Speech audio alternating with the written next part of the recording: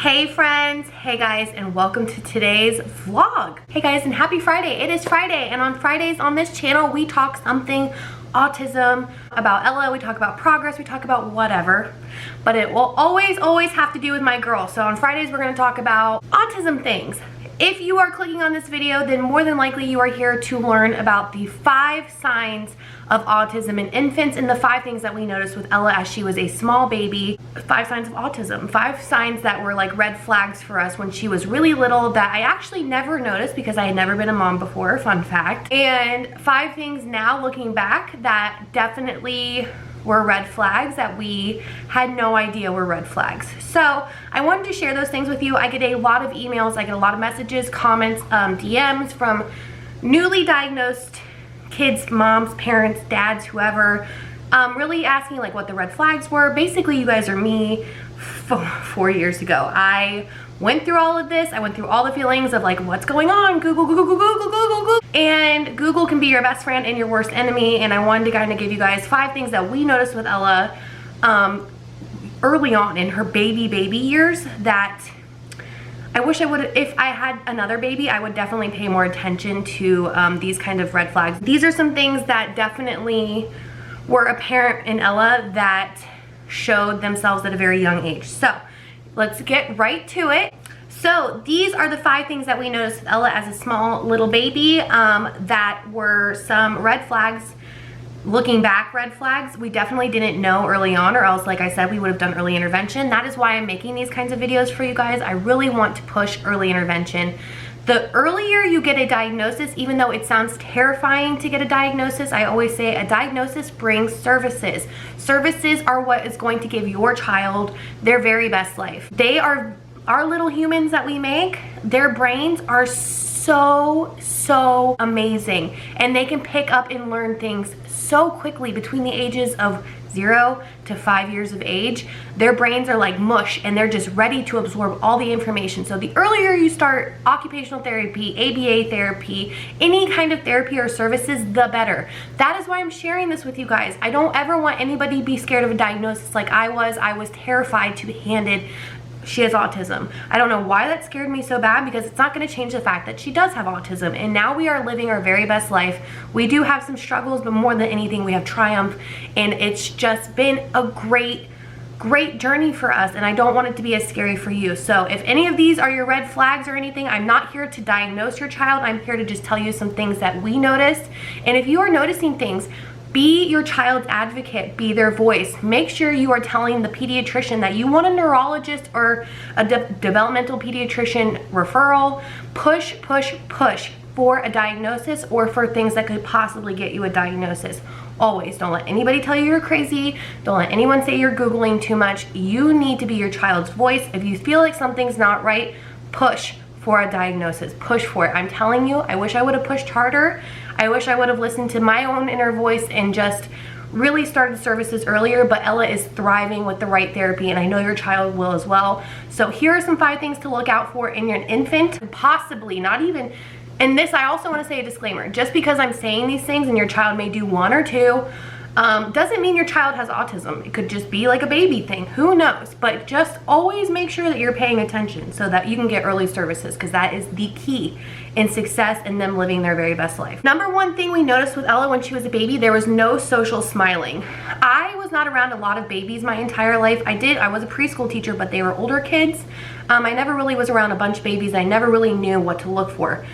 Ella did not. She smiled, obviously. She was a happy kid, but there was no like social smiling. There was no like, if you smile at her, she's gonna reflectively smile back. That's typically a baby thing. Babies tend to be smiley and want to engage and have really good eye contact and want that reflective smile back to you. Ella was not that kid at all. She just was never like overly happy. She wasn't angry or anything, but she was never smiling in social situations or smiling at strangers or, you know, doing those cute, typical little baby things. She did have her moments, I will say that, but overall, that was not a thing that we noticed from her. So I would say, you know, just because your baby's not smiling doesn't mean they have autism. But look for like in social settings, if your baby is of the age of smiling and interacting like that, make sure you keep an eye on if they're really engaging socially with social smiling. Lack of eye contact. This has been a #1 thing for us for years. Ella's eye contact is very poor. It is getting so much better with ABA therapy, but she did not have good eye contact from the time she was a small baby. So there was no eye contact. And I didn't know that was a thing. I'm gonna say that a lot because I had no idea that was a thing. Ella did not make eye contact. Most babies do make eye contact. So if your child has really poor eye contact, I would definitely suggest maybe talking to the pediatrician about it. I'm not sure at what age they're supposed to start making eye contact, but Ella's eye contact has been poor since day one. She has never really been great at it, and it kind of got a little worse, and now it's definitely getting better. So there's definitely ways to teach them to have better eye contact, and overall that is definitely a red flag for us, was the lack of eye contact. #3 was Ella did not respond to her name. I can't remember a time of her being a baby where I could say her name and she would like pay attention or look over. Overall, Ella just didn't really engage with us a lot. Like, we played with her a lot and stuff, but she didn't tend to really like to be played with.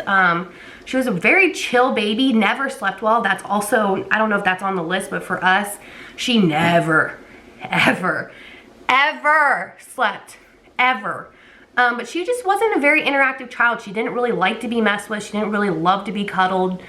She didn't really like to be played with, and did not respond to her name. And we always thought she had maybe a hearing issue. When we got her ears checked, that was one of the first things we checked, and it was not. So #3 would be she did not respond to her name. I would also say that was a red flag for us. Lack of social blabbing or babbling. I say blabbing, me. A lack of social babbling.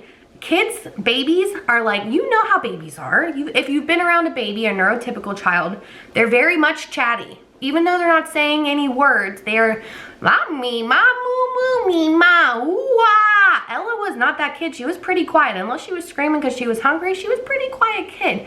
So social babbling is pretty neurotypical and a normal thing that babies should be experiencing or showing you. If there's a lack of that, perhaps maybe also speak to your pediatrician. That is something we definitely did not also have with Ella, was the lack of social. She just wasn't a typical baby. She just didn't really give a hoot about anybody. She definitely wasn't socially babbling. That was not a thing at all. She wasn't a chatty baby, like at all, which is shocking because hello. She is now, so ooh, girl, she talks. Number five red flag for us was the fixation of unusual objects. So basically she always had to have something in her hand. I thought that was a baby thing. Turns out it's kind of an autism thing. Not saying that if you do have a baby who loves to hold on to that bottle of or bag of wipes or some random object doesn't mean that they have autism. I never want to, like, you know, put that kind of thing in the universe, but she definitely had fixation on an object, and it would last a couple weeks, and it was always in her hand, you guys. Always in her hand. Always. As a baby, she always had things in her hand. It was the most random stuff too. What was the one thing she held on to for the longest? A Paw Patrol. She didn't like Paw Patrol. She never was really into any of those kinds of things. It's so bizarre. But she held like a Paw Patrol Zuma. She had to have that thing in her hand at all times. He could never leave her hand, never ever. And I thought it was cute. I was like, oh look, she's carrying it around like she loves it. No, it was like an autism thing, and that's okay. But that was definitely number 5 of the things that we noticed for early signs of autism in babies or in infants. I can also do a video on the signs that we experienced because we didn't get Ella diagnosed until she had just turned 4. We started the diagnosis process at 3, and we didn't get an official diagnosis until right after she turned 4. So I can definitely go into those kind of details with you guys in another video if you would like. She showed way more autism traits in 2 to 3 than she did from her first couple of years of life, but I could definitely do a video of that. If you guys want a video like that, make sure you let me know down below. If you guys have any questions, make sure you ask me. If I cannot answer them myself, I will direct you to someone who will. And I also want to preface this by saying, again, just because your child may do 1 or 2 of these things or does any of these things does not mean they have autism. But if they do, it's okay. Mama, Daddy, I'm hugging you. I'm sending you my love. A diagnosis is not the worst thing that will ever happen to you. I can promise you that. And remember, the earlier the better. Early intervention is so important, especially when they're little babies like that. You can get the services you need. A diagnosis brings services, so don't ever be scared of that. And I hope you guys have the best day ever. Hope this video helped you guys out in any kind of way. If you need any more information from me, let me know down below and I'll be happy to answer your questions. And until next time, we will see you guys later. Bye, friend. Bye, guys.